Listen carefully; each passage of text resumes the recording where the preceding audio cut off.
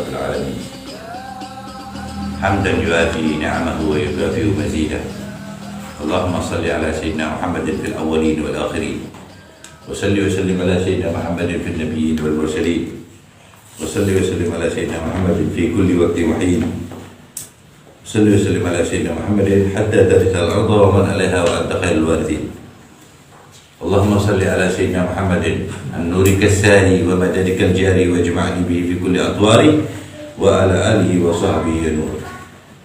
Alhamdulillah, kita bersyukur kepada Allah Subhanahu wa Ta'ala yang senantiasa meletakkan kita,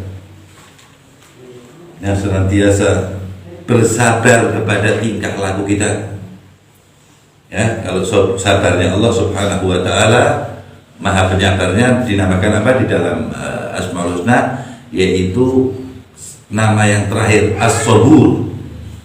Allah Maha Penyabar. Allah Maha Penyabar, bayangin, Allah Maha Penyabar. Dia mau ngapain aja Allah Subhanahu wa Ta'ala bisa, dan semuanya punya Allah. Allah Subhanahu wa Ta'ala mempunyai sifat sabar. Dan manusia harus mempunyai sifat sabar yang spesial, ya, bukan sabar yang sifatnya harus. Ya.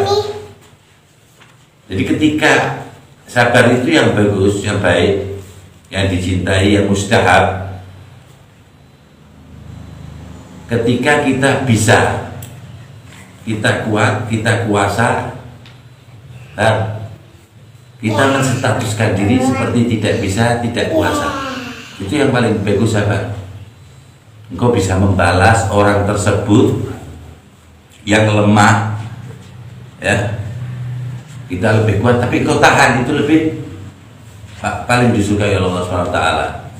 Tapi jika sabar dalam kemiskinan, sabar dalam keterpurukan sama kelemahan, terus kalau nggak mau sabar gimana? Itu kan berarti sabar yang harus. Lah, untuk jadi mustahab, untuk jadi dicintai oleh Allah SWT, itu harus ada tambahan sifat lagi biar sabar itu diterima. Kalau tadi kan sabarnya udah sabar aja cukup, kita nggak membalas, kita sabar, nggak membalas, kita sabar, nggak nggak menyakiti, kita bisa tapi kita tidak melakukan, agar apa? Mendapat ridhonya Allah Subhanahu wa Ta'ala. Sabar yang seperti itu yang dicintai oleh Allah Subhanahu wa Ta'ala. Tapi kan ada sabar yang memang harus kita lakukan. Itu tadi, sabar yang kita tidak punya, kita lemah, paham?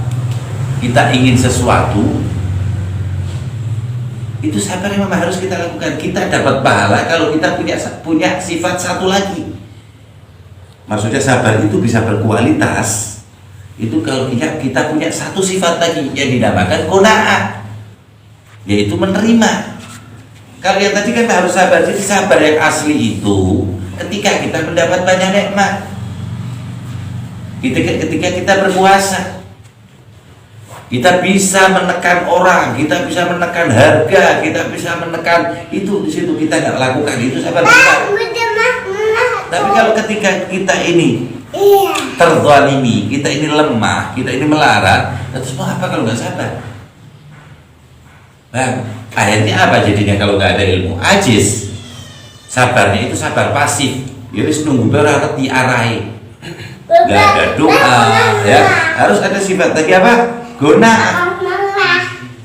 Ya wis aku merasa cukup, wis paling happy, ini Allah memberi saya yang terbaik. Dan ada satu amal yang harus dilakukan. Ya, yang pertama kali maksudnya banyak amal yang harus dilakukan, yaitu berdoa kepada Allah. Setelah kita harus qanaah, merasa cukup, kita harus berdoa kepada Allah Subhanahu wa Ta'ala. Kata al-maksud. Jadi bukan sabar itu ketika orang itu gak punya, orang itu sakit, saya sabar, saya gak ikut kondangan, saya gak ikut jalan-jalan, saya gak bisa kemana-mana, saya sakit. Nah, itu tetap sabar kalau ente menerima. Kalau ente gak menerima, gak sabar. Jadi sabar itu ketika ente berkuasa itu paling berat. Satu. Yang kedua, sabar yang asli itu indah sadmatil ula, ketika kamu dapat serudukan pertama orang anak kemarin sore ente yang ngajarin atau adik ente atau orang itu anak buah ente tiba-tiba nyaci maki depan ente diam ente mesem berani, itu yang dinamakan sahabat. Ini tak tempelin bisa, tak keluarin bisa, tak pecat bisa, tak hukum bisa, ini enggak, ini tahan, ini berkuasa kan? Salah boleh apa? Berkuasa, itu dinamakan sahabat. Tapi kalau keadaan kita ini terpojok, bang, itu sholihin lebih menikmati itu. Alhamdulillah anak nggak punya kekuatan baik. Allah Taala. Lalu dilakukan sholihin apa? Mendoakan orang yang menzaliminya pertama kali. Pernah dengar kan hadis yang mengatakan ittaqu du'a al-mazlum, hati-hatilah dengan doa orang-orang yang terzalimi. Fa innahu al-mazlum bainahu wa bainallahi bila hijab. Atau kama qala Rasulullah sallallahu alaihi wasallam. Sesungguhnya orang yang terzalimi itu doanya nggak ada status, nggak ada apa namanya penghalang lagi dari Allah Subhanahu wa taala, langsung nyampe. Oh begitu ya. Berarti kalau kita dizalimi, kita nggak usah balas sama orang itu. Tapi apa? Kita doakan orang itu biar dapat apa namanya orang itu biar dibalas kepada Allah atas perilakunya kepada saya. Ya Allah, balaslah doa tersebut. Itu namanya membalas.